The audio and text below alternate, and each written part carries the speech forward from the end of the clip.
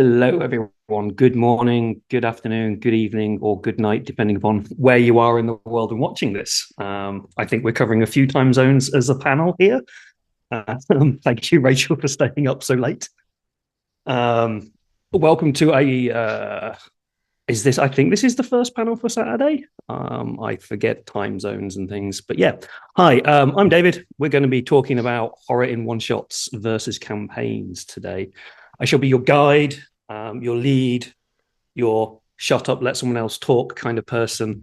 And I'm joined by these wonderful people. We'll go around, give yourself a quick introduction, say who you are, where people can find you, and all that kind of stuff. We'll go how I see you on my screen.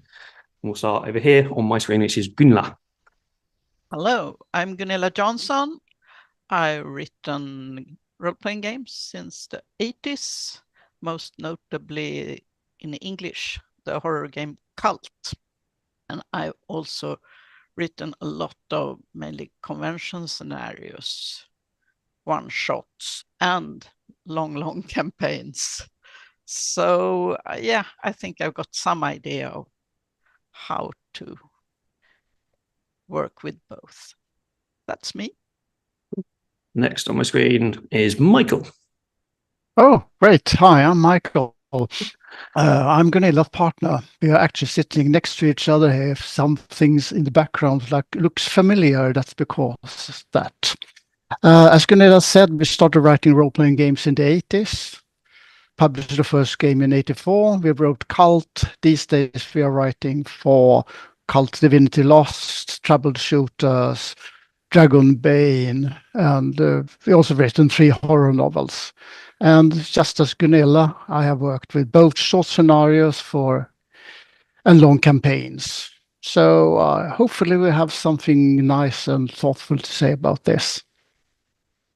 Awesome. I'm sure you will. Next, we'll go to John. I'm John Hedge. I am far less impressive than Gunilla and Michael. I am the backstage manager over the Miskatonic Playhouse, where we run actual play podcasts for Call of Cthulhu 7e content. Me and my partner, T A Newman, run short, long, everything in between. And I'm really excited to come in and chat about this in general, because right now I am presently running a campaign. And so, as someone who's run mostly one shots and shorter stuff, switching up to campaign mode and thinking about all these things is quite exciting for me. So, I'm looking to simmer in all the great advice we have today. Awesome. And then Rachel. Hello, I'm Rachel. I am a little starstruck right now because I didn't realize who I was going to be on a panel with. Cult's an amazing game. Wow, hi, great to meet you. Um, yeah, so you can find me pretty much everywhere on the internet as Stolen Fires, uh, including a very tiny Twitch channel where I do a lot of I try to focus on independent gaming. Right now we've got Dune, Prowlers and Paragons, and Heart. I'm trying to work up a Call of Cthulhu campaign, maybe Dracula Dossier. Haven't decided yet, but yeah, hi. I've done writing and editing and community content for by Night Studios. I've done some stuff for Miskatonic Repository, for Storyteller's Vault. So, hi. And last but not least, T A Newman. Very much least, David. Come on, we all know it. Lovely to be here. Thank you for the invitation. And again, much like Rachel, every year I come into these things and go, wow, look at all these amazing, talented people that have done amazing things. I've, as Hedge said, worked with Hedge. He's one of the partners with the Miskatonic Playhouse, where we run actual play podcast for community content for Call of Cthulhu 7 Edition. Myself, I've written some scenarios, some of which are lucky enough to have been gold bestsellers, which is for me a really quite an achievement. I'm really excited about that. But my place here, those scenarios are very much what you would go, aha, here's the scenarios are one shots, but then obviously sometimes they go longer. The big reason I'm here today as well is because my experience in campaigns is I once upon a time ran a big campaign, and we've turned it into a gigantic book which is currently going through those very difficult processes of editing and making it that campaign that other people can run and play. So I'm kind of in that stepping stone place between having that final campaign published, but it will get there at some point when life allows. But very excited to be here and maybe even offer a thought or two. Excellent. Nice to have everybody here. And I am David. I am part of Darker Days Radio, mostly for RPGs. That's where you'll find me. I'm also in Rachel's Stolen Fires, where when I was in the right time zone, I did run some games for her. But I've moved time zones, so that doesn't happen anymore. I have written for various things and struggle with making one shots, and not turning them into more kind of like long play games. So we shall certainly dive into the difference between one shot, long play, and campaigns during this discussion. But first, I think we shall actually make a distinction. What is a one shot and what is a campaign? So, who wants to start first with what is a one shot? What do you mean by a one shot? Because I have certain ideas, but we'll let you lot discuss. Do we just jump in? Talking? Just jump in, Rachel. For me, a one shot is there is one problem to solve.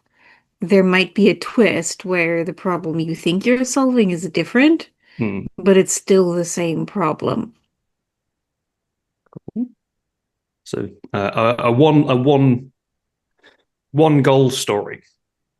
And like PCs might have their own goals, but as a group, you've got one problem. Cool. Not to define this as a thing, but just as a I suppose experiential idea of a one shot is Hedge and I and other of you out there. We're obviously online. Sometimes you run online. You might be running for a live audience. The idea of a one shot, if you're on Twitch and you're running it in an evening for people, that can really help you redefine your understanding of a one shot when you've got like a 4-hour slot and you're looking at a scenario. But I think that might be something that we talk about later. But yeah, I really like what Rachel's saying there about there's that one problem or investigation, or there's one encounter that you're building to, and that kind of seems to be the focus. Yeah, and also that you're all on board with, we're going to play this for 3 hours, 4 hours, 6 hours. We have a set timeline, so that gets the whole group to work together towards telling this story in this confined timeline. I guess for me, a one-shot is basically just what the name says. It's supposed to be played in one session, often with pre-made characters, for us at least. For me, I guess the convention scenario is the most typical one-shot. I think how I would I tend to think about it like a movie. A one-shot's a movie. And then campaigns, by their very nature, they're either episodic in terms of you're actually running a series of scenarios back to back, or you've also got the big campaigns where you're building to a big moment of some kind. So there's a lot of space in between about what each one is, but generally a one-shot is characterized by pre-gens, a predetermined problem to solve, limited scope. And you can sometimes put a lot of one-shots together to create a campaign, that episodic feel. But I think we're probably going to be putting that concept aside, and we're going to be talking about the more epic style of campaign today, because, well, that's probably just more interesting for all of us. Yeah. I think I agree with all of you, although I'm very, very bad at keeping the time for a one-shot. It's like... Yeah, it's like cons are good because then you have to do it in that 4-hour period. But if you're just doing it with friends, it can run over quite some time. I think I ran what was meant to be a one shot for Rachel of this, and I think it turned into like 4 or 5 sessions. mean, also you were running for total scene chewers, so Yeah, yes, I was. But it was great. Cool. Okay, so Hedge brought up an interesting point there as well, I think. One shots into campaign, so kind of the episodic idea.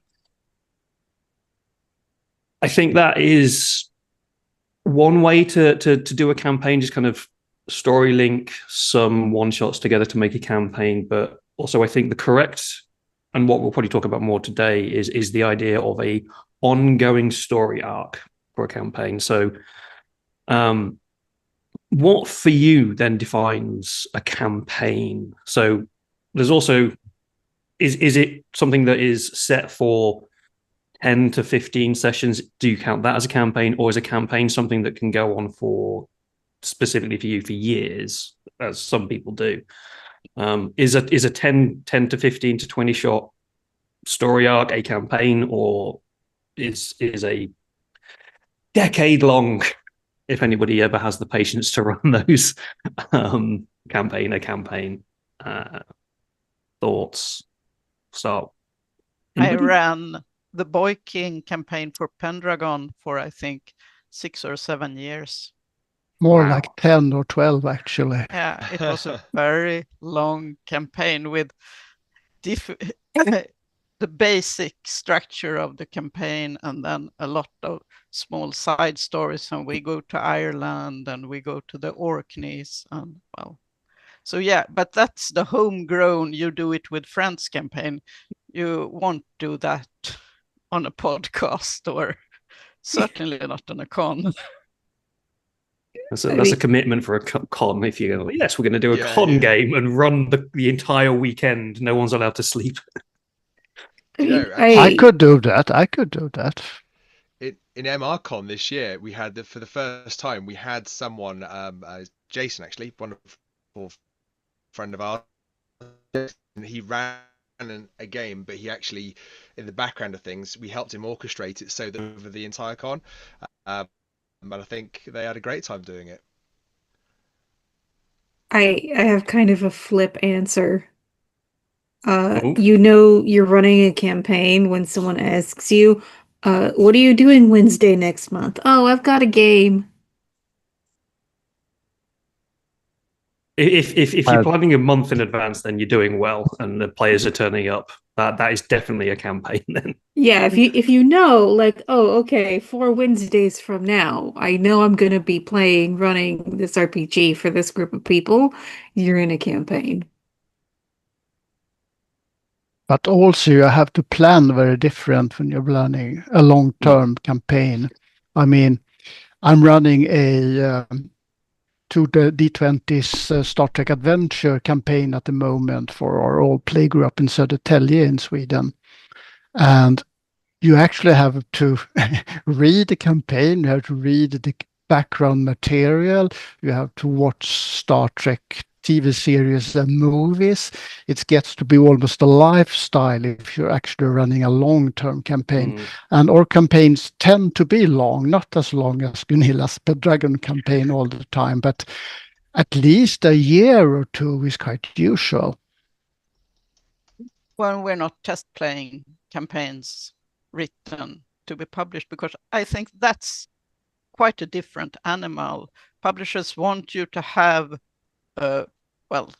sizable but not too big campaign, and often they want this sort of serialized TV series mode in it as well. They want people to be able to cut it up in shorter sessions if they want to, and I think that's the most tricky part. Writing a campaign for other people, you should be able to play it as Masks of Nyarlathotep and as a series of shorter adventures as well. And that's quite a feat to pull that off and make it good, I think.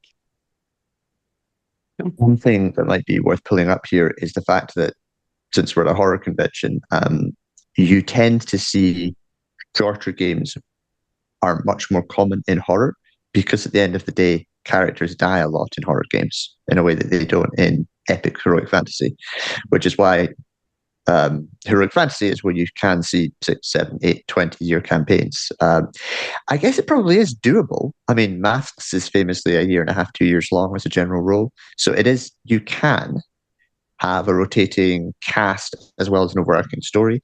It can be done, but horror does tend towards shorter as a general rule. You have to consider that you're writing the campaign, and we wrote the Call of Cthulhu campaign for Call of Cthulhu Sweden, the Swedish edition of Call of Cthulhu, and we made it such that the really horrible part where characters actually could die en masse came at the end at first. So it's also a commercial thing because people, at least in Sweden, they really don't want to roll up new characters every session. It's much better if you can actually play almost to the end, and I believe at least that you have to leave a way out. Unless they are really, really stupid or really, really aggressive, which is often the same thing, they could actually survive this if they're clever enough to run like hell whenever they see something dangerous.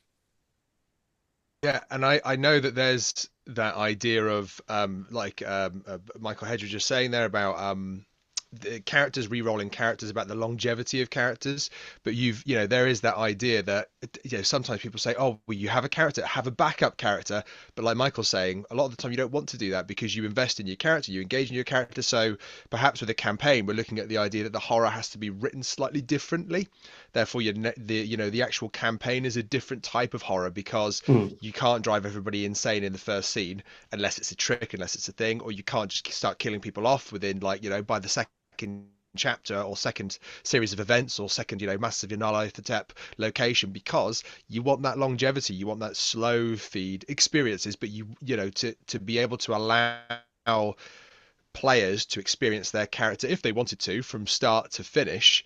Obviously it depends on their choices and their dice rolls, but that as an option that creates a different type of horror. Always blame the dice. So I just built sorry, go ahead. I just want to build on that slightly, David. Sorry, I know you probably want to move on and talk about other things, but what I was going to say is when you're writing investigative horror, Call of Cthulhu, which is most of my background, a problem that you often have when writing shorter campaigns is shorter sessions is you kind of need to make the mystery fairly obvious because they have to solve it. One of the very pleasant things about campaign writing with investigative mysteries is you can make it creepy and weird and difficult, and you can just let them not understand it for a long time, which from the perspective of players, puzzling it out is really enjoyable because they can take their time and they can really get to the bottom of what's going on. And you can just have bigger mysteries, which I think is really enjoyable to write and think and dream about. And that's that idea of it becoming part of your lifestyle. You can really get to grips with these things in a way that you can't really, if it's a one shot, you need to have some investigation. There needs to be a climax and they need to meet a horrible, grisly end. Like, the degree of complexity cannot be through the roof. So I think that's one thing that draws a lot of people to campaigns, but also makes them incredibly difficult. Yeah, so we're talking here about the obviously this is a horror con. So we're talking about horror gaming. So in the one shots, we do tend to have this, even though we have a slow build of tension, you've got a small period of time where you have to build that tension up quickly.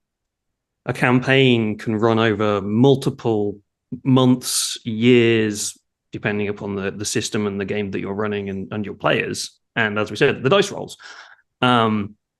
How can you create that horror and tension over such a long game? Do you have horror and tension every single session? Is that, would you do that, or would you and kind of keep it that kind of idea of a one shot, like build the tension up to a certain point and they go, "Ooh, stop the session, we'll deal with that next lesson"? Or do you maybe have a couple of sessions which are downtime, just pure investigatory, and then at some point the tension builds up again? So I've run the first half of both Masks of Nyarlathotep and Horror on the Orient Express, and then the groups fell apart for various reasons. But One thing I think that both of those campaigns do really well is that they keep you moving. So you're always visiting a different. Hi, sorry, my cat wants attention. Um, so you're always moving from a city to a city. And so it was a really great moment for me as a keeper when I'm running Mask of Nyarlathotep and they're in oh, I forget the specific details, but they're in a nightclub and one of the players is like, "Oh, she's a cultist." Oh my God, they're all cultists. We're in a club full of cultists. I was just great watching that realization dawn on him. And then, pack up. We're going to the next city and the next wonderful horror to explore there. Yeah, TA. Yeah, so you mentioned there specifically about tension and suspense, and for me, that's one of the core aspects of I suppose that leans into keeping as well as but actually writing it within the campaign or within the scenario is and managing that across multiple sessions. I often think about it, and I've often communicated in the past. This is where I teach it in terms of when I teach as an actor, is like an elastic band. You've got to think about your audience, and you've got to, therefore, your players in this respect. You've got to think about their experience of your tension and suspense. And with the elastic band theory, the idea is that elastic bands over your two thumbs. And bearing in mind, I'm teaching this to small humans, so you'll have to forgive my patronizing here, but you kind of stretch that elastic band. So as you're building the tension, you're thinking about that elastic band and then you hold them in suspense. And that's like a really good storytelling. But then if you keep stretching, they kind of get used to it. So you've got to release the tension. You've got to relax that tension and then you can re-stretch. You have to allow your audience or your players or the people reading the campaign ready to run it, you've got to allow them to understand that you have to allow these times for that tension to relax so that you can re-stretch it. If you pull the elastic band too hard and you snap it, then nothing's scary, there's no tension and there's no suspense. You've got to be able to play the elastic band game where you can, well, I know they're playing the game because they want to invest in that horror mystery, but manipulate your audience, your players, because it's part of the game, and that's what you're doing as the keeper or the storyteller, as the game master. You are creating that scene, you're creating that sensation of tension and suspense for them to explore. And then, as you said, David, the question was, do you allow them to relax? Absolutely, because otherwise, when you re-stretch the elastic band, there's nothing there, or you've limited on how much you can stretch your players. So it's about giving them those opportunities to relax and then come back in and relax and come back in. And I think with all of the horror genre tabletop role-playing games, if you have characters that continually go through that process, it's brilliant, because then what you get is a character arc, because they're re-experiencing these things. So you allow the player to benefit from that experience too. And I think also, as Rachel said, there is a point to using different locations to have different modes, a different atmosphere, but also in each location, you need to have some kind of story arc with tension and less tension, with some investigation, so you don't, otherwise I think you get quite a stereotypical stories if you say, now we're in the dark cellar setting, here everything is horrific and violent and there's blood everywhere, and then we go to the cozy city setting with a totally different atmosphere. That can get kind of synthetic, it get too stereotypical. You need to have a kind of a different kind of modes in each setting, I think, and use sound dramaturgical tools for each little session to make it a whole story, beginning and end, and think about it at the start of each session. And I think that's the trouble with writing long campaigns, because you don't really know where the game master will cut off. So you don't really know how these sessions will play out. You got to give them the pieces to play with to make a functioning session or story for each play. And you also have to remember that the players never ever do what you expected them to do. So I've been in campaigns where I basically started giving up on pre-planning that much. I have in place what's going to happen from the outside. I know the basic story. I just move things around. If they go to the wrong place looking for the information, let them find the information in the wrong place. If they start messing up with the police, all right, maybe the police are cultists too. So basically, players fuck up everything you planned. So be prepared for that. And it happens a lot in a campaign, and that makes it more difficult. In a short session, or a convention or something, it really doesn't matter.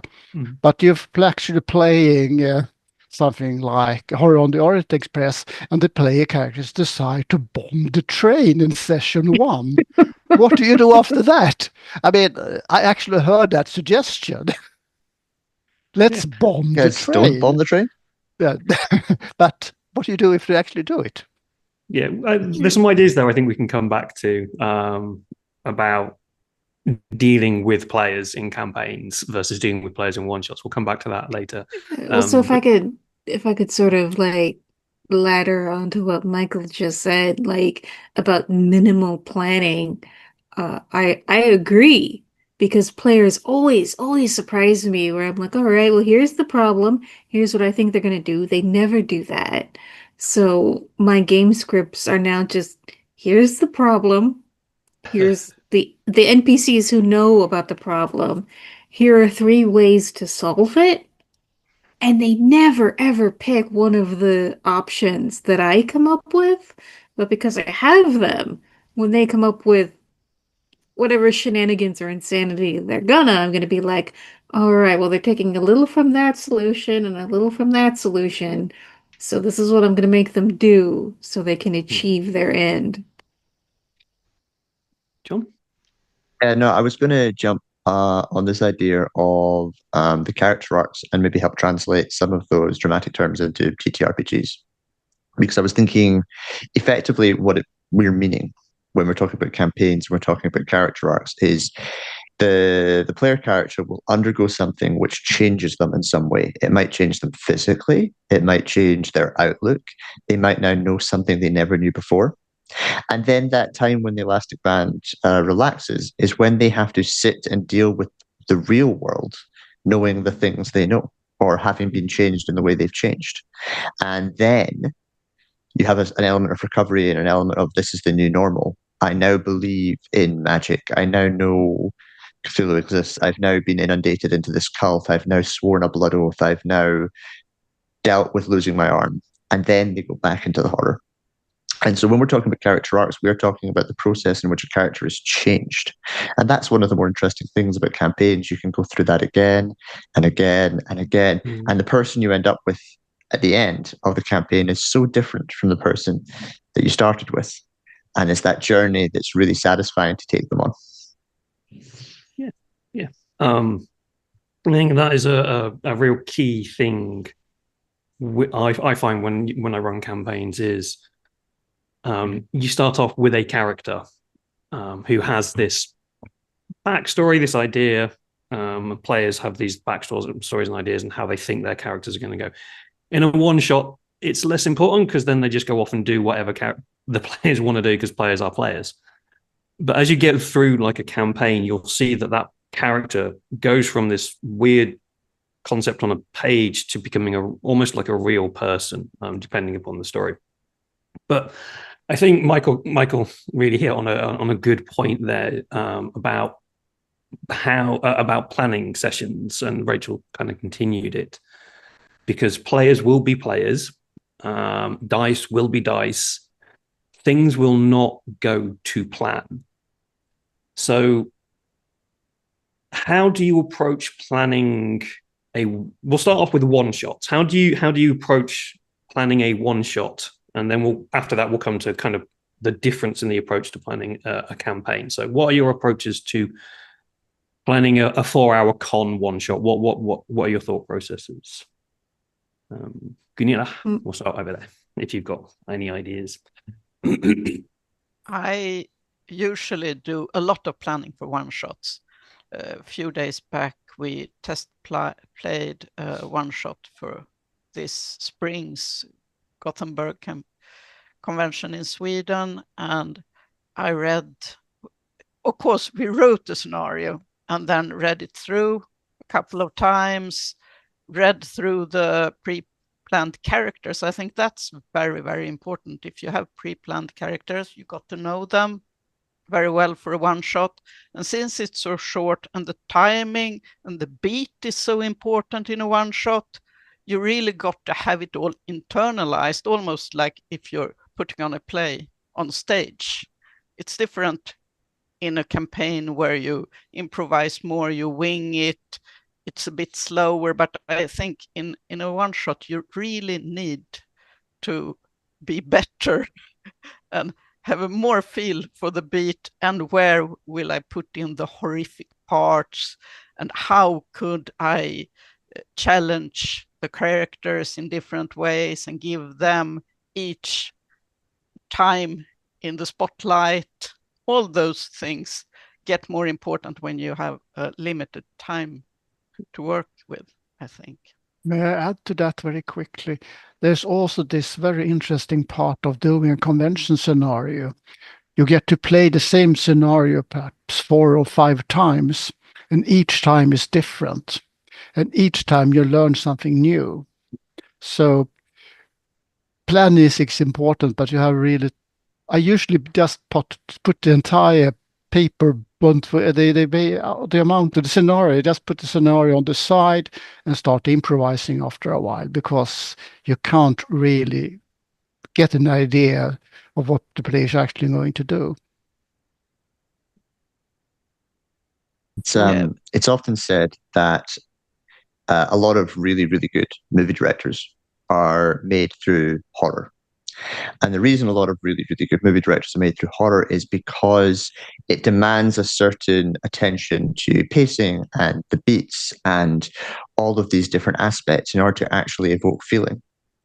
And so it's like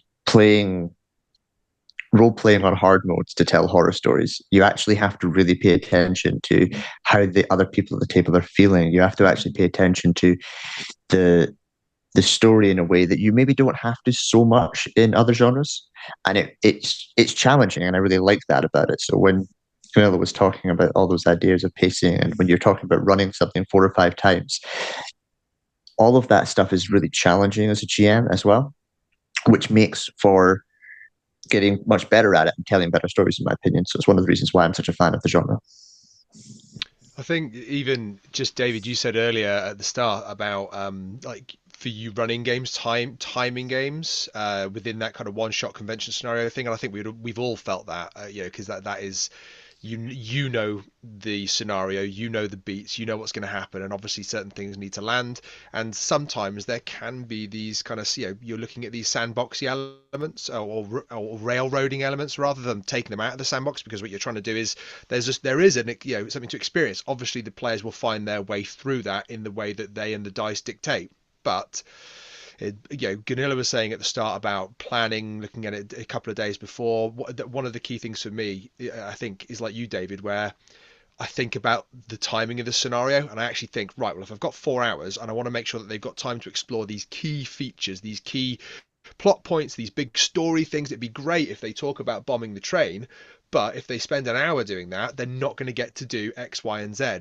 So there are things there where I will have a scenario and I will kind of have a very rough guide, and obviously in the moment you are organically interacting with it, but by hour 1 I would like them to be roughly around here. By hour 2 I really want this. By hour 3 here, and then we've got this time to kind of play with the finale, the big climax, whatever's going on.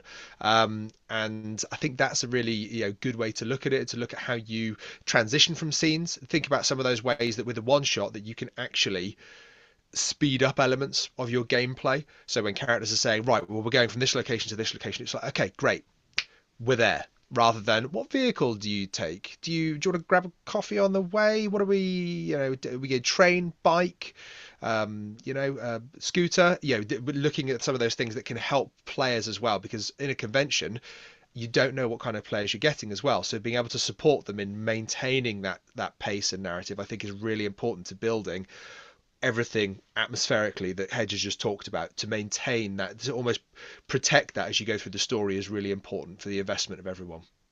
I think you Talking also about the hit on smash cut. yeah. Smash I cut.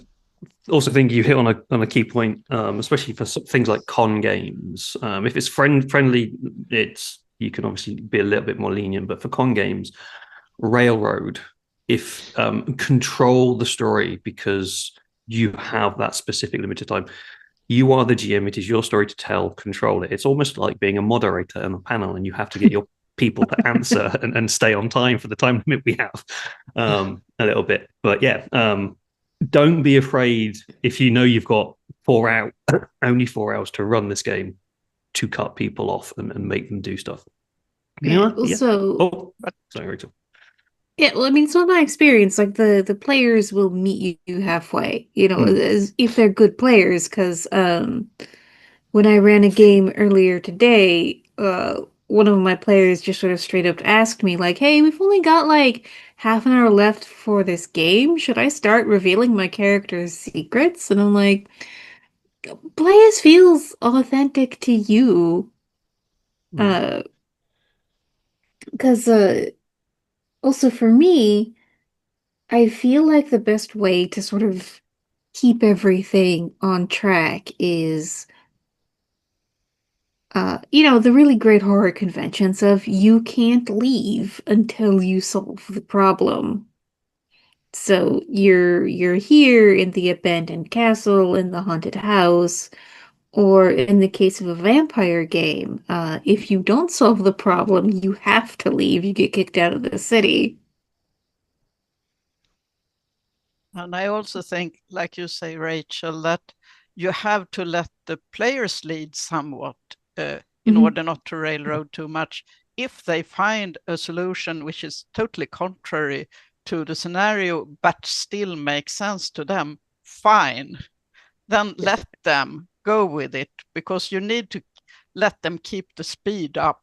Otherwise, you will get bogged down, and you need to keep the beat is more important than that your logic trumps theirs. So yeah, in the one shot I was running earlier today, I ended up telling the players, like, okay, well, defecting to the Sabbat is a solution that you can take that will definitely bring the story to a conclusion. But they also sort of picked up the narrative hooks where I'm like, oh, please don't make me improv a whole Sabbat scene for the last hour of this game. Yeah, there's things there. I think, as you say, you can give them the options, but there's also subtle hints that you can drop into games like, yes, you can go down that road, but please don't make me do it. But it's always let them have the very option. good and picked up on that. Yeah. John, I see you. Hold on. I lost track there. Yes, really good. When you are trying to run convention games, a really good model for your scenario is to have the ripcord that you can pull. And in horror, that tends to be the monster reveal in some manner, which can happen pretty much whenever. So I have a horror scenario that I wrote. In effect, you're going to go see Granny in the woods, and there's a big bad wolf. You already know most of the story. So they go into the woods, and I know that the main scene involving Granny turning out to be an evil eldritch monster takes about an hour. So when you are about an hour from the end of your campaign, you know that that's the point at which you do the big reveal. And it's really helpful because it gives players an awful lot more of a feeling of sandbox in the first part of the scenario, because they can run around, they can go wherever they want, and you don't feel the need to put them on such tight railroads, knowing that when you do the reveal, they're on the railroad, you're going to the climax, and depending on what they've discovered, it might be easier or harder for them, but you kind of have a much more control of your time. And I think those scenarios where there is that ability to just go, and here's the monster, and here's the moment, is an exceptionally easy way to tell horror stories in your convention style. So I tend to think of one shots as like a map.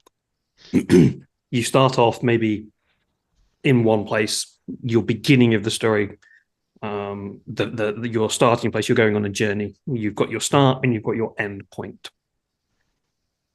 That route between those two places, if you just take a road map, there are thousands of different routes that you can take to get from A to B. But as long as you know where you're starting and where you're ending, your players will take one of those routes. If you design your scenario well enough, it doesn't really matter which route the players will go on, because you will know that halfway through this thing will happen. It can be this road stop, it can be this roundabout. Things will happen. Yeah, TA? Just listening to what you were saying there, and Hedge, you mentioned about like the that reveal and kind of giving it time and allowing it to happen. I've always kind of thought of the reveal in two different ways, and it is about a one shot and a campaign. In the one shot, and obviously there's some superior writers in my very near vicinity here that will have much more experience with this, but the reality of in a one shot, especially those convention games, Rachel also talked about kind of like different players and different players' experiences and abilities at the table. With a one shot, when you have those reveals, they are wonderful because you can just drop them as the GM and they're there for everyone to experience. With a campaign, you have the opportunity for the players to uncover the reveal themselves because you have that longer experiential time rather than going bang, that happens. And I think that's also another example of the uniquely different style of writing from a campaign to a one shot. It could happen in a one shot, but I think it would have to be like a core mechanic within the game, and you'd have to have a lot of those quick backup reserve ripcord pull the shoot moments if the players didn't get the reveal in a one shot, so that you could drop it to them, which would be a really successful way of doing it. But I love the idea that one shot, you're at the table, the GM can just kind of go, this happens, and that's a big moment for everybody at the table or an individual player character. But with a campaign, you've got the ability to let them find those reveals for themselves, which sometimes can have a much bigger impact on the character and the player. And you bring up campaigns nicely there, and we shall move over to that idea of planning a campaign. So we've talked about kind of how we plan a one shot being a kind of structured. We have these key points and beats that happen. Despite players doing what they want to do, we put in certain key events that will trigger things. But what about a campaign where you have weeks, months, years to do things, and if players go off and do what players do, the best laid plans of mice and men. As Michael was saying, he doesn't tend to plan much and allows a lot more freedom within it. Does everybody else do the same thing, or do you more plan things a lot better? What are people's different ways of planning a campaign? Do you plan a campaign, or you just let the players do what they want to do and see where it goes? This is really fun for me because I'm doing this right now. I'm playtesting a campaign. So everything you're saying to me, I'm thinking, oh, what am I doing? What I'm doing right now is I kind of have moments within each campaign that are reveals that reveal a part of the overall structure and don't necessarily make sense each piece. But as they begin to put the pieces together, hopefully the whole thing will be revealed over a longer period of time. And so in that way, we still get investigative phases, we still get build-up of tension, we still get dangerous moments, we still get horrifying visitors revealed, except where possible, these aren't so deadly, so that we can release that elastic band tension, come back to normal, having gained a new insight, having seen something that has changed the way they view the world, but doesn't necessarily reveal everything. So there's definitely almost like an episodic style. So you're just taking your one-shot structure and repeating it with some modification to kind of give that episodic feel to your story, which I think is definitely the simple way in order to structure these things. But if you want a more complex structure in your campaign, storytelling-wise, then I think when, for instance, we made wrote our Swedish Call of Cthulhu scenario, the King 7 Minotaur, and now we're Mike and I are making a cult scenario in Berlin, which is quite complex. Then you have to have a lot of stop points where before you start test playing, where we know where we're going in the whole campaign. We know where we're going in this part. We know how this part will tie into that part. And you can't plan everything before test playing, but I think you got to have the structure right. Or you will have to test play 5 times, and for a big campaign, face it, that's not possible. So the test playing demands that you do quite a lot of work beforehand. And I think also if you play for your friends, that is a good thing to have quite a lot of the ending at the far end, but have ideas about all the acts beforehand. Otherwise, it gets structurally sort of flimsy and tend to, as many, especially fantasy campaigns do, sort of run out of steam after a while. We tend to, I mean, we do a lot of research. We research very, very much before we actually start writing a campaign or even a scenario. But you also have to remember the dramatic structure. In a one shot, you also have the classical film concept of 3 acts. You have the build up in Act 1, you have the deepening of the plot in Act 2, and you have the final solution or the final fight or the final reveal in the 3rd act. The problem with a huge campaign is that you have perhaps 10 parts. Each of one of these parts also have to have the same dramatical structure. And the total of all the 10 parts or 12 parts also have to have this dramatical structure. So it's a structure within a structure, is a complexity within a complexity, a larger complexity. And I didn't mean that I did not prepare before running a scenario campaign. I prepare a lot. I'm just not using all of that to prepare myself what the players are going to do. I know what I'm going to do. I know exactly what the situation is, how other people react.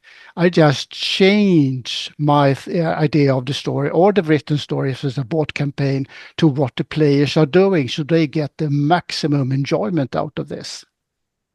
Yeah, there's that idea as well, isn't there? That, you know, when you've got the campaign, whether it's something that you've written and researched, whether it's a bought campaign and you're running that and you're planning how to run that, you've got the material that's in the book. I mean, obviously, if you've written it, you might have some other, but then that's a slight advantage. But you've got the book, you've got the structure, you've got the NPCs, you've got the locations, you've got the clues, you've got the interactions, you've got the mind-bending horror investigation, you've got all of that to play with. And obviously the preparation is making sure that you know that and you're aware of that and how and when you can bring it into your players' actions and decisions and dice rolls. But the significant thing that we've all kind of mentioned, but is also probably one of the, in a campaign, I think the absolute best thing and the most enjoyment for me is the players, the characters or players, investigators, interactions and relationships that they build with each other as they go through. So the 2 things on that to bring up: one, if you do have people that can't make sessions, it becomes very difficult if you've really invested in that because of the relationships of characters. Whereas you've got the scenario, you've got the campaign, the story will always be there because you've got that. So whoever can turn up can play that. But to get that real investment and care about each other's characters, which I suppose we want because we are playing, you know, horror, and this is a horror con. We're looking at that idea of that fear for each other's characters, that investment of each other's characters, that development, the elastic band, the downtime, the relationships that are built, that stuff that you can begin to plan for, but it's just loose ideas. Like Michael's saying, you know, there's an epic amount of planning that goes into it, but things like that, you have to be able to react to it in the moment, organically, live. You have to be able to allow the players to create that. But the lovely thing is that if they do the hard work creating all those relationships and you've got the structure, you can then go, aha, that little thing, I'm going to hook that. That's going to become something that we really kind of explore later on with this part of the scenario. So it's It's having that relationship of, I've done my planning, I've got the scenario, I've got the campaign beat, say, let's say for this section, because again, echoing other people's words, planning the whole thing outright is lunacy with a huge campaign. Knowing it is important, knowing the story and where it's going, and perhaps those moments where we need those railroading moments and the moments where we can go sandboxy and open, super important, super important. But knowing the current plot thread or beat or location or chapter, that's where I think the sanity for the game master comes in, because you can focus on that area, and then you can start building into the other one as you get a bit closer. Yeah, to sort of ladder onto that, I think what makes a campaign really different is you can add personal plot. So you can make it really, really personal to the PCs where you're like, oh, hey, here's your long lost cousin. And you give the player a couple scenes where you get to hang out and bond and then be like, oh, and by the way, if you don't defeat the final monster, your cousin's gonna die. Or, this is your inheritance, or, this is why the campaign matters to you. And so again, like one player can't make it for that particular session.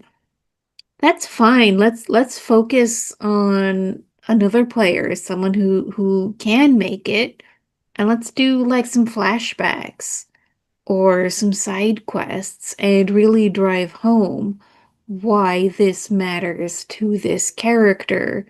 Because in my experience, also because I've run a lot of LARPs before, live action role play.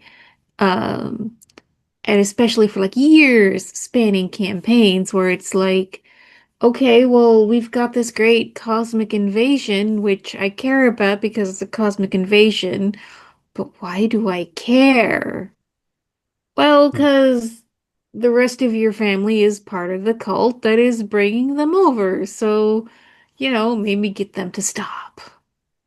And now the player has something to do and they're invested and they really want to know how the story turns out because they want to know not just how the story turns out on the macro level, but what does this mean for my character?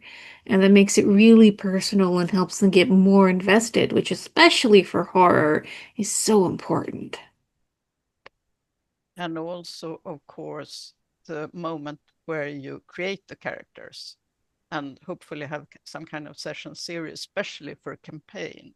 I think the reason I could run a Pendragon campaign for so long was because the characters were so invested in the world. They were part of the world. They were almost like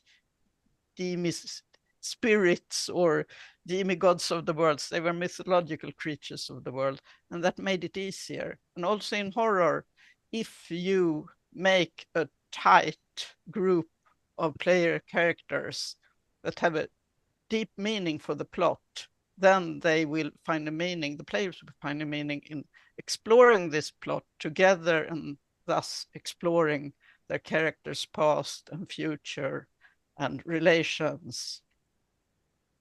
So I think the characters are key to getting the thing moving and developing the plot.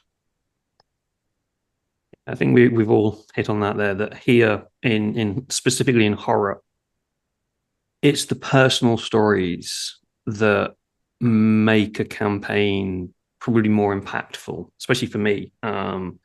Yes, you have your overarching story that can go from whatever it is, hunting the big cult or the cartels or whatever. But it's as Rachel and Gunilla were saying, it's the investment the players have in actually solving that. In a one shot, the investment is that quick, fun enjoyment of we're going to go kill a big monster or we're going to go solve this mystery, and it's one shot, it's done, it's over. It was good fun.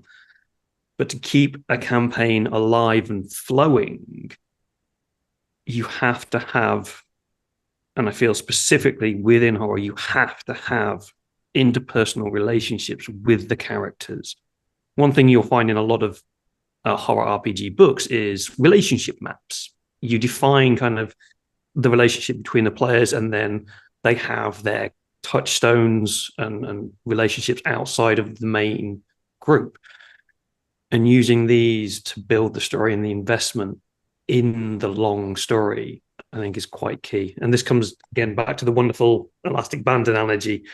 You build that tension up and tension up and tension up, and as one of their touchstones or family members is getting into trouble, and then you relax it down as you realize, actually no, it's just a normal everyday life. They've gone off and they've had maybe Thanksgiving dinner with their family, and everything's actually pretty cool and pretty chill for a little bit. So the tension doesn't always have to be the horror. It can be dealing with games like Things from the Flood and Tales from the Loop deal with interpersonal family issues quite well, because the tension mostly within those games is real life. I'm a 10-year-old kid and I've got to go home and do my homework. God damn it, why? I don't want to do my homework. And that creates a different kind of tension. And it's sometimes quite fun to play in longer games. Also, kind of to build off what you said, like as a storyteller, some of my best moments, I have done nothing for 10 minutes. Because my players are all so invested. They're all completely in character, and they're just spending that 10 minutes in character role playing with each other, trying to figure out, okay, here's what's at stake, what do we do? And letting their character come out. I don't have to do anything. Like all the work I did ahead of time, it's paying off right now. I just get to watch, and that's great.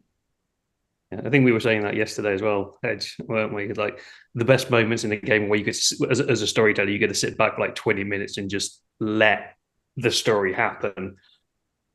Yeah, like you just have to make sure that like they're not sort of like running around in circles and like saying the same thing over and over again. That's obviously when you'd want to step in, but as long as they're building the scene together, no, that's great. I have famously said to Newman more than once, do you actually want some plot or are you okay? And he has Fine. continued to just randomly talk crap with the other players in the game. Bizarrely, in a one-to-one game as well for 4 hours straight. jokes. And I think there you are greatly helped if you have some kind of thematic clues from the beginning. Everybody is on board with what's the theme of this play, of this game. Like we did the test play now some days ago. The theme was bullying, and everybody knows this is about our teenage years, and it's about bullying because we all have the same dark secret. We bullied a guy and now he's dead and we feel bad about it. So everybody is focused on this is what this story will be about. And then they know how will we interact, how will we start to play, and they can lead the way through the story. And I think that's valid for campaigns as well, or maybe even more, because you can get derailed if you sort of try to change the theme or what it's really all about, and then the end game won't matter that much if you've changed the meaning of the story halfway. So I think to keep everybody somehow on the same page, this is what this story is about. That's a good thing. I think we've talked about it a little bit. The session zero concept. Obviously, we've talked about it in other panels. What do you do for a session zero? What are the things that so we're obviously now talking about the campaign, not one shot. If you're doing a session zero for a one shot, then it's a two shot because you've got two sessions going. But in your session zero, what kind of things do you do for your players and kind of ideas you lead forward with it? Yeah, Newman. So I think Gunilla just said it really. The part of the answer that I'd like to provide is when you're doing that session zero is talking about those kind of thematic aspects, so that especially with the campaign, because you don't want to create an investigator or a character or whatever, and then they not align with this long arching narrative. You don't want them to be in conflict with what's going on. I mean, they could be in conflict, that could be great, but I mean conflict with the game rather than the internal workings of the campaign. That's fine, that's brilliant. So I remember back when we first did Culpability, which is a Regency Call of Cthulhu campaign book, and that was very much, luckily the players, they were all big Regency fans, they're all big Call of Cthulhu players as well, but just having those conversations and informing them, one of the key concepts of the entire campaign, because of the setting, is going to be about class. It's going to be about class warfare. It's going to be about status, and it's going to be about family. So the idea of the book is that they play a family, whether they're close or not, and very much that Pride and Prejudice, Bennett family kind of style, but within Call of Cthulhu. And the idea is that they had to invest in that idea in session 0. And it was a, how do we invest in this idea, should I say? So then the players were able to kind of go, right, well, I'd like to be this part of the family. I want to kind of face the gender roles, or I want to face the expectation of parental pressures, or I want to face the, how do you, the prospect of marriage. And that was before we even started getting into what the horror aspects of it could. So that allowed us to really invest in the world that the game was set in, so that everybody was comfortable, everybody was really kind of knew the expectations of that. And because they were bringing quite a lot to the table, I was quite lucky as well that they were able to provide as we went forward, but they could see that in each other. So everybody kind of had that safe footing with each other, as well as me as the keeper, which was a really lovely way to do it. So yeah, I think thematically it's important for the players to understand, especially with a campaign, what they're going to be getting into, which I think if you see a campaign book in a shop, if you're not the keeper, you might have a quick look at it. Obviously, don't go into it because that's what the keeper or the game master or the storyteller is going to use. But you should get a sense of the themes of the campaign and go, oh, I'd like to play in that. And that's kind of the idea of making sure that everybody is, they're all facing the same direction when you start. Yeah, I was actually thinking about this. Sorry, you go, Rachel. This is why I like running Old World of Darkness, because they've got a great merit and flaw system. So I've got my campaign outlined in my head. I know roughly what it's going to be about. I've communicated that to my players, and now they have created their characters and handed them over to me, and I get to look at their merits and flaws, and I can see what's important to them, even the like, oh no, don't. So like if one of my players puts like the flaw thirst for innocence on their character sheet, they're gonna want me to throw a couple of innocents across their path so they can play that out. And so that's a really good hook for me to take from the session 0 as you know, um, as I was sort of saying earlier, make it personal, build on personal plot. Here's why it matters. Okay, you have thirst for innocence on your sheet. You put it on there for a reason because you want to play around with this concept. So I'm gonna figure out a way to like put the innocence in your pathway and then also find a way to tie it into the overarching campaign.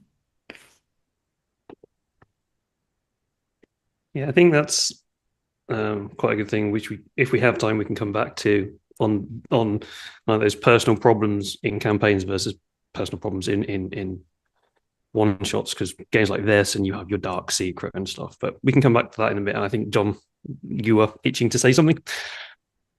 I was thinking about this today actually because I'm presently thinking through my own campaign as we sit here talking about campaigns. It's a very lovely experience. And one thing I realized about the campaign I'm running right now is that how important premises are, because the premise of my campaign is that the player characters are all private detectives. And I actually had to stop running and kind of talk to them and say, hey, you're actually all really good at your jobs and you all feel really confident that you can solve things. Because I hadn't really explained that to them at that point in time, and they all thought they were a bunch of useless idiots running around like headless chickens. And so I actually kind of went, oh, interesting. So such a minor thing as having played quite a lot of Call of Cthulhu and being used to slightly less competent characters meant that they were primed for that. And so learning how premises work and learning what information to feed to your players so they can get in the right headspace is an incredibly important part of running a campaign, because they have to get in character. And so it was really interesting to me, talking about session zeros and premises, how important it is to kind of get the players in the right headspace to do what the campaign expects them to do, which is to solve some epic quest or whatever that might be. I don't know if I'm making much sense, but it's turning thoughts in here, so hopefully it produces some discussion. Yeah, cool. Michael, any thoughts? Well, basically, I think the session zero also depends upon how well do you know your players.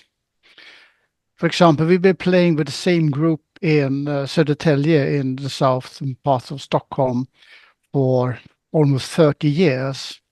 So we know each other very, very well. So our session zeros are mostly about making sure that we have the talent we need for the scenario, that the players understand what kind of scenario this is, and also what connections do these player characters have to the other players and to the world itself. For example, but starting up with the Star Trek campaign I started some couple of months ago. We had our session zero. We decided what positions we should have on the starship, because they are starship crew, of course, Star Trek. And we also ran through the Kosovo Maru scenario with them. How did they react? What did they do? What was their solution to this impossible position? So with new players who haven't played with that much, it might be a very different experience as well. We really don't, when you play one-shot scenarios on the convention, you really don't get to have a session zero. So I guess even though I've been playing role-playing games since the early 1980s, I haven't had that many session zeros with unknown players. So we're going to have one in a few months at time. Gunilla and I are starting up a new group with Cult Divinity Lost. So it's be interesting to see how we solve that. But actually, my experience is a bit limited here, since we usually play with players with people we've known for years, decades. Cool. There was a question that I saw in the chat a bit ago. It kind of disappeared now as Thomas turned up. But I think this is probably an easy question to answer. What would you recommend to first-time horror GMs? A one-shot or a campaign? One shot. One shot, yeah. 5 campaigns back to back. One shot At the same become time. a campaign. I mean, Yeah. we played a one shot last week, and I asked the players, what do you want to go on with? And one of the players said, shouldn't we go on with these characters who were then deeply traumatized and very special? I want to go on with this character. So start out with a one shot, and maybe it will morph into something bigger. Start with a short scenario, perhaps. See if you like this, if this works out fine for you. And don't get sad if everything fucks up for you. It does. It still does for us after 40 years of role-playing. Sometimes it just doesn't work. Bad luck, bad timing. Go back to it again. It's a wonderful hobby to have, so don't give up. Keep on pressing and start with easy scenarios in a game system you like. I would always recommend Dragonbane if you like fantasy. And if you like horror, let's go for Call of Cthulhu, of course. Or Väsen. It's very simple. Everybody likes it. It's a monster investigating atmospheric game. Because I think John mentioned earlier, a lot of good directors got their start in horror, because horror teaches you really well about proper pacing and timing and all of those elements. And if you're on a one shot, that's all very condensed. And there's much less of a risk that things will get out of hand if you try to run a campaign. Mm. And so you start with the one shots, and so you can master the horror skills of pacing and building that rubber band tension. And once you figure out how to do that in a one shot, you can then translate that skills to a campaign in a way that just doesn't work the other way around. Unless it's a trial by fire, just don't do that to yourself. It's one of the places I hang out is on the Call of Cthulhu Reddit. And it's a very funny place sometimes because it's very common for people to turn up in the community, and the first thing they do is they run The Haunting or The Edge of Darkness or one of the introductory scenarios, and then they immediately try and run Masks, and then a few sessions later they're never playing horror role playing ever again. These are giant commitments, and they're difficult, and they're soul consuming, they're life consuming, as Michael said earlier. Don't step into them lightly. Treat them with the respect they deserve, and then they can be amazing. I started out my game master career with Shadows of Yog-Sothoth, and then I did Masks. And I'm still here. So do whatever you like. Yeah, just I think the key is do start off with a one shot. If you and your players really enjoyed it, maybe then do another shot with the same characters and see if it builds up. We all have our own styles of play, our own styles of games that we like, and will fit into things. I personally love things like this and personal horror over things which are more rules heavy and math hammer. He says, although he's about to run a Warhammer game after this. Yeah, well, so the other thing is also kind of that is someone who's coming new to horror has probably been introduced to the hobby by the 800-pound gorilla who shall not be named, but you can do horror, I guess. There's Vecna, that's horror, right? But and so doing a one shot will sort of help everybody who's got experience with the fantasy hack and slash to understand, oh, this is the way in which this game is different.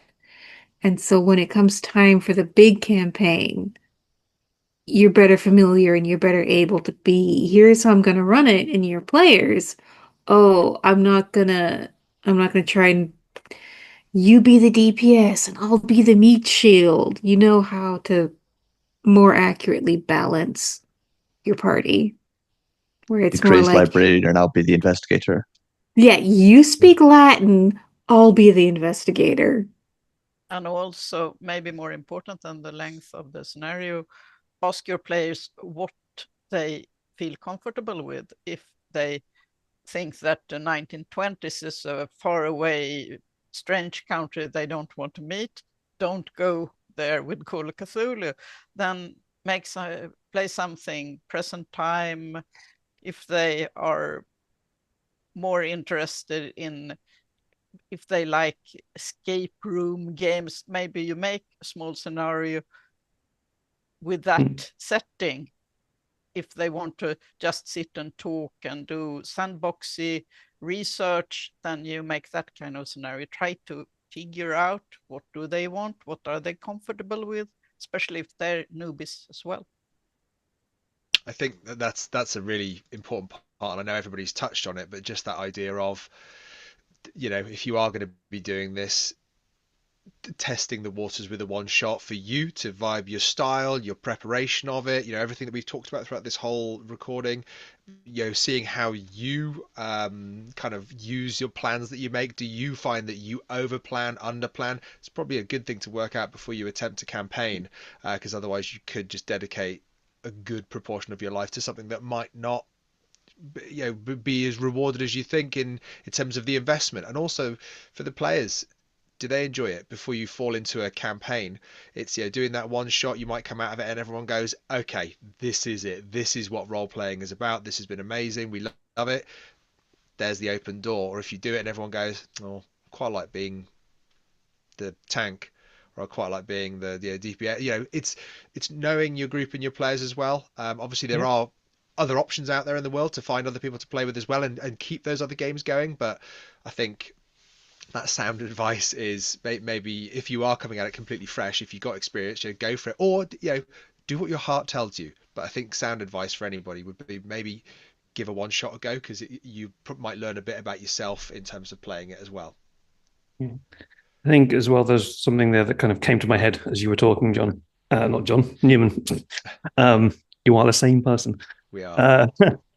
Was managing expectations, not just of yourself and your players, but kind of the campaign that you're going to do. If at any point the campaign starts to kind of feel maybe a little bit off, and like you can see people are not enjoying it, or you're feeling like you're not enjoying it, have a chat with your players, and start to manage those expectations. Like, are we really wanting this to be a 6-year campaign, or do we want to finish this in the next couple of weeks? Being open about campaigns and how long you want them to go on for, I think, can be quite key. Because you can go, oh yes, I've got this wonderful idea, and it's going to be a 2-year campaign, and it will lead you places, and it'll do this, and then like 6 weeks in, your player's like, so I gotta go walk my goldfish. yeah. Cool. One final question, I think. This probably could go on for some time, though. This final question.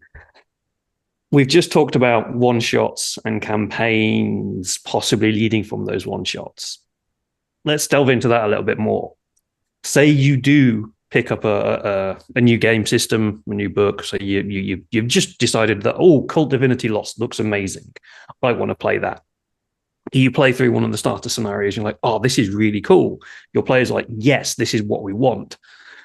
And then next session, like, we want to come back, use these same players, and continue playing. How would you turn that one shot, maybe starter scenario, into a campaign? Because I found that this has happened to me quite a few times. I've gone, I'm going to run this for a group of people, this scenario for a group of people, because I know they'll like it, and they have done. And again, that we want to continue doing this. We want to keep these characters and continue going on. What do you do? And what are your thought processes of how you would go from that one shot into a campaign? Build on the characters. That's my advice.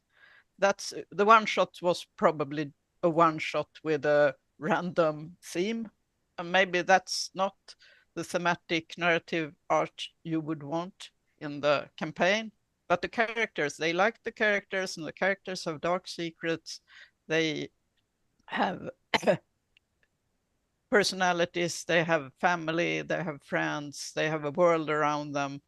Build around that and find a thematic hook in it, and find some kind of endpoint for the campaign from that hook. So you have an idea of a journey from here to there, and then they will lead you.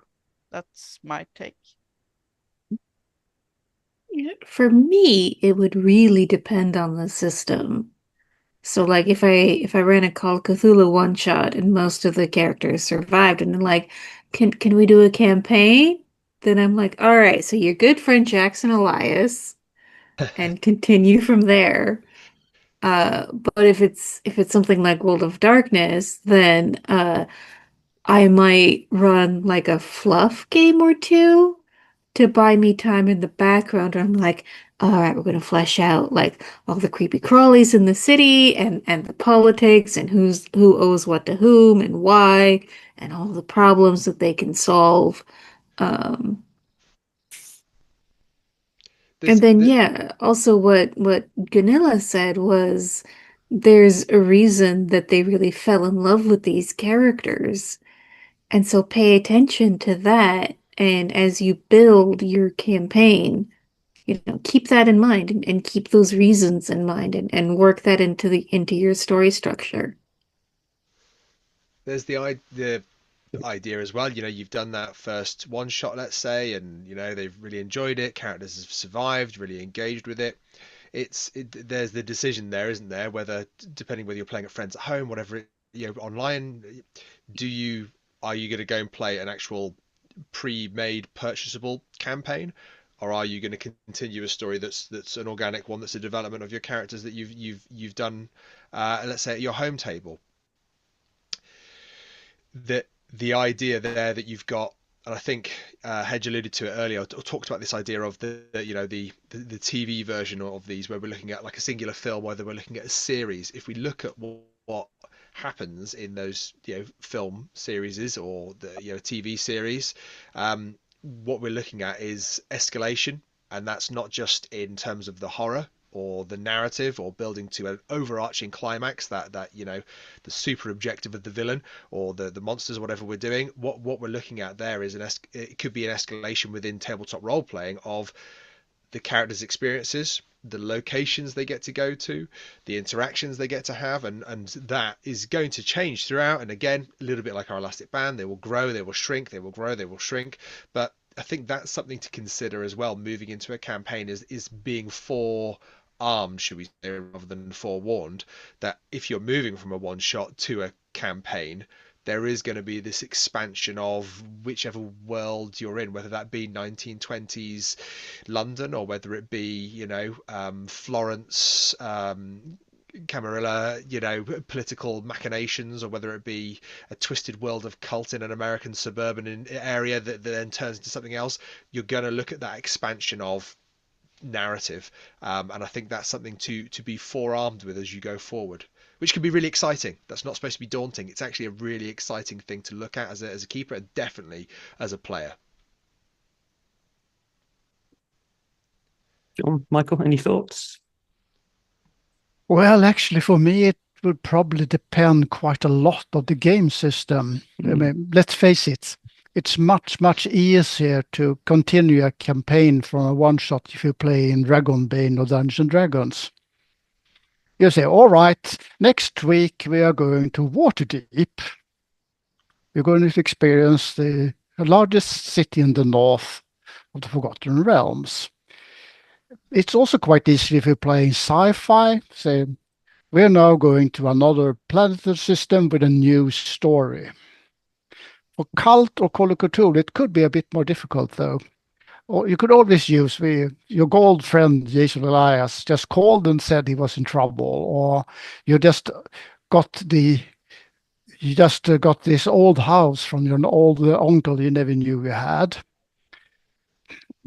For Cult, it's actually a bit more difficult because I tend to ask my players to make characters fit for this scenario. So if you had a good session 0 with these characters playing, for example, the scenario Gunilla and I just made for Gotcon, the Swedish convention in next April, they would probably not work that well for a scenario The Black Madonna, because there's a difference in time. This is 10 or 15 years after The Black Madonna. You could change the time, but that you have to change the scenario quite a lot. And the play characters we made for this first scenario in Sweden are very much about feeling guilt for what they have done before. And of course, this is a common scenario in Cult, but it wouldn't probably work that well with The Black Madonna or with The Children of Darkness or any other of these scenarios. So it's a bit more difficult. I would probably go for making entire new scenarios for these specific characters. And I would tell my players, right, you want to do this, that's good. But do you have any ideas of how you want this to continue? What do you want to come out of this?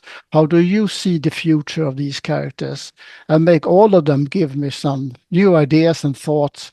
And then I would try to say, okay, let's wait a couple of 2 or 3 weeks before we start playing this again, because I have a lot of work to do. That's my take on it.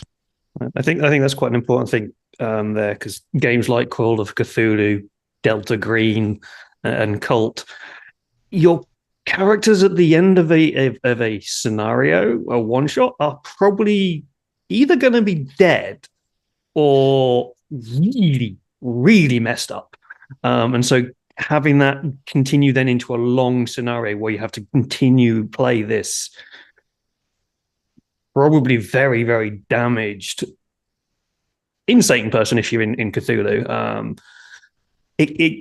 These kind of characters tend not to, for me at least, feel like they would work for a long period of. So being open, maybe, and having that conversation, ask the players, like, do you really see that these characters can continue within a longer setting, and having that open conversation. And final thoughts, John, you got any Hedge? You got any thoughts on one shots to campaigns? We're sort of staying out of it because I've never done it. Okay. It's not something that I'm keen on for most of the reasons Michael has already laid out. I'm sure people like doing it, but I would rather decide in advance and go forward with that. So I was just staying out of it. Okay. Yeah, I think for me, it's always happened by accident. I've never planned to do it. Like, I've finished a one shot. It's usually within the heroic fantasy genre where it's actually quite easy to do that, as Michael was saying. But I don't know if I've done it within horror settings, but within heroic fantasies, like, yeah, well done, you did this right. Okay, here's your experience. We'll go to a different town where a goblin has been stealing stuff, and we'll deal with that, and then go from there. But cool. Okay, we shall do some final thoughts and wrap ups then. I think, as we are about an hour and a half in. So final thoughts, one shots versus campaigns. Does anybody have any final thoughts or words of wisdom to put to our audience? I have an incredibly underutilized Ko-Fi, which you can find at Ko-Fi Stolen Fires, because that's where I am on the internet. It is a worksheet to help people plan out a one shot, and so it is essentially what is the main problem, what's the big twist, and helps people plan out the story beats. It's pay what you want on Ko-Fi, so get it for free. Useful tool, Or especially not, for pay me $2. Especially for first time GMs. I think something like that is a really useful tool. Yeah, TAE. I think so. One of the things that we do, Hedge and I, with the Miskatonic Playhouse, is that we broadcast a lot of actual plays, some of which are what you would say are one-shot scenarios. So sometimes we record these like in a live Twitch stream, and it could be up to 4 hours. Sometimes we have those scenarios that are one-shots, but then go on for 10 hours over a couple of days, and then they're kind of done in that way. We do actually have ongoing scenarios, or we have some full completed produced campaigns as well, such as Cult and Culpability, which is the Regency Call of Cthulhu long-running campaign. We're also working on Mr. Whisper, which is a Gaslight Cthulhu campaign. When are we finishing Mr. Whisper, with the Newman? release of the Gaslight book. Newman, it's all ready to go. When are we finishing Mr. Yeah, it's there. It's all there. We've got season 3 to record. Season 2 is coming out very soon. But if you wanted to, because this is how I learn, as a teacher, I'm very aware of my own learning styles. Watching, listening, it's very much how I get into a system. As much as I love reading books and losing myself in them, I actually seeing it or listening to it really helps me. So the Miskatonic Playhouse can be a great resource for that. That's exactly what it was made for. Highlight people's works. If you like their things, you can kind of go out and get a copy yourself and run it. But also you can see what a one shot takes when someone runs it, and the players how they interact with it, and you can also see a campaign as well. So hopefully that'll be a resource for anybody here that's going, do you know what, I'd quite like to get a sense of what a campaign could look like, or what a one shot could look like. So the Miskatonic Playhouse. Just as a quick comment on that, we talked about this in the keynote. A reminder, we're not all Matt Mercer. We don't all get paid. And so listening to actual plays, they are not, but some will be really, really good, and some are, but as GMs as well, we are not Matt Mercer. So make sure that you are aware of that when you run a game. You won't be doing these wonderful Critical Role things. But yeah, anyway, good. Matt Mercer's first voice acting credit is in 1982. He was 6 years old and voiced Akira, or was a voice actor in Akira. So Wow. Wow. You can So also try to play some half-long scenarios, actually. There are a lot of scenarios in three parts, in 4 parts. I mean, Masks is a terrible undertaking in its present incarnation, with a lot of stories around it. But a short one-off is often very demanding for beat and storytelling and narrative reasons, but play a 2-3 scenario story. That's the absolutely easiest thing you can do as a new game master, I'd say. You don't have to think so much about the beat, and you don't have to plan for half a year. And if people don't enjoy it, it's just 2 or 3 nights. So I'd say start out with that. It also gives you an idea of kind of, are your players interested in playing a longer setting rather than just a quick one-shot, one and done, and enjoy the moment and be done with it? Or do they want this kind of build up? Also allows you as a GM to practice those skills a little bit without that insane commitment that you could go through with a 12-year Pendragon. That's insane. Michael? Well, this is for an advice for if you wanted to start it out, I would say choose the game system wisely, because there's a hell of a lot of difference trying to run Star Wars D6 or Eclipse Phase. I mean, Eclipse Phase is a wonderful game, but it is insanely complex. The background is insanely complex, good, but insanely complex. On the other hand, you can find Star Wars D6 free if you look around a bit, and it's a wonderful game system, very easily run, lots of scenarios. And in the same way, if you start playing fantasy, start with Dragonbane or, God forbid, Dungeons and Dragons. Stay away from Pathfinder, though. It's insanely complex these days. And also ask your players, what do they want to play? What kind of game? Make sure that you have a good connection with your players. So you don't want to go in the situation you started playing, for example, Dragonbane. Everybody said, oh, we wanted to play some horror games with a nice twist, with nice people doing nice things to each other. So ask your players, what do you actually really want to play? Not what you think is cool or good, or what you really want to play. Find a nice game, have this session 0, start out easily, and understand it's going to go badly in the start probably, because you are not used to being game master. Your players might not be used to being players. They might not understand how to play. You have to teach yourself and them at the same time. They have a lot of influence on you. So take your time. Don't get sad if everything goes wrong at the first 2 or 3 or 5 sessions. Give it time. It's a wonderful hobby to have, and it's well worth it when it finally starts to work. Yep. And Hedge?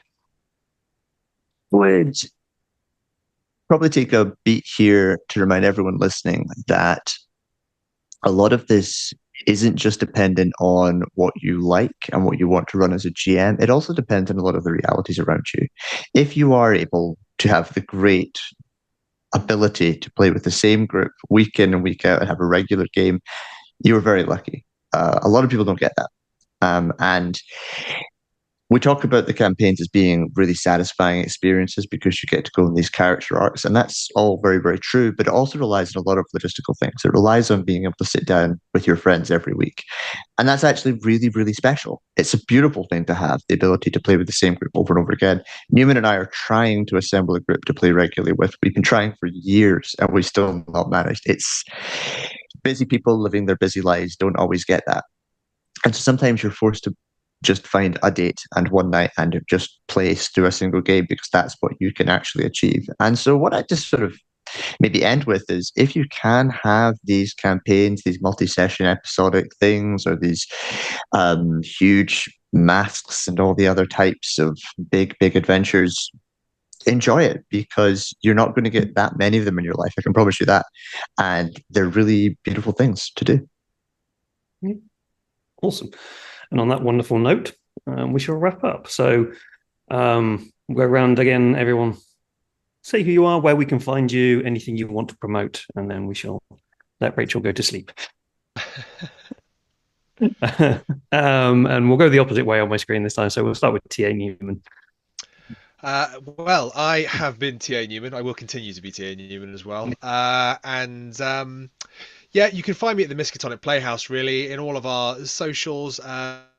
I'm pretty active online when I'm not busy just lifing, and I've written a few scenarios which are available on Drive-Thru RPG, some of which are gold, specifically the Christmas one, and Christmas is coming up, so if you fancy playing a Christmas horror with your pals, Secret Santa, you can also engage in a bit of Secret Santa-ness, which is quite nice. Actually, if you get the chance, come and drop into the Playhouse, because we're a really friendly community, and we've got lots areas where we talk about things like writing and what do you want to do and how you're going to do it. So hopefully, if you're listening and you fancy a chat, jump in and come spend some time with us. Rachel. Hello, my name is Rachel. I'm very tired. I'm racing the sun to bed tonight. But no, I'm really happy to be here. Thank you for having me. I'm Stolen Fires pretty much everywhere on the internet, including my own Twitch channel, where I run a lot of small RPGs. We've got Parlors and Paragons running in 12 hours. It'll be great. And then I also have some writing up under my author name, Rachel E. Judd, up Miskatonic Repository and Storyteller's Vault. So I've got a couple one-shots, short shots. I've got Return to Teutoburg Forest up on the Miskatonic Repository that is Invictus Cthulhu. It is a shameless ripoff of Apocalypse Now. And then I also have St. Mormo's Home for Wayward Girls, which, if you've seen the Magdalene Laundries, shameless ripoff of that. Yeah, you can also find me Blue Sky as Stolen Fires. I love talking about RPGs. It has been such a delight to meet all of you. Yeah. And Hedge. I am John Hedge. I am the backstage manager over at the Miskatonic Playhouse. The big thing I want to talk about right now is that I am running writing groups for horror writers in 2026. If you're interested in joining a small group of 4 to 6 people of a similar level to you who are writing, come along to Miskatonic Playhouse, get involved, have a wee chat with us, and we will try and match you up with a small writing group. This is for anyone who wants to write regularly and just wants to have some people to do that with. Yeah. Michael. Oh, there. I thought Gunilla was before me, but different screens, I guess. Well, I'm Michael Petersen. I've been writing games together with my partner Gunilla since 1980.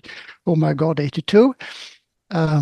We've written Mutant. We've written for Dragonbane. We've written for Cult Divinity Lost, Call of Cthulhu. We've written 3 horror novels published in Sweden. Well, you can find us on Facebook. If you see us actually in physical person, please come forth and talk to us. We love talking to other people. We are very friendly. We don't eat people at all. Yeah, please say hello if you see us. And Gunilla. Yeah, what Michael said. And right now we're working on a cult campaign set in Berlin with a Stasi theme, sort of, and troubleshooters, Paris book. And we just finished a lone wolf campaign for the role-playing for Dragonbane with Dragonbane rules, but for the role-playing game based on Joe Deaver's Lone Wolf Solo Adventures. So we do different stuff. Ooh, excellent. And I have been David, your moderator. I am part of the Darker Days Radio podcast where we talk about horror RPGs. Also a freelance writer. I've written for various games and have stuff up on Drive-Thru RPG, a lot in the Free League workshop, where I co-wrote the Modern Western setting with Tom, and I will be running that later today, I hope, if my players don't all disappear. So yeah, I hope everybody enjoyed that panel. It's been great fun talking to you all, and hopefully we will be saying goodbye to everybody if David is around. So goodbye. Bye-bye. Void. Bye. And your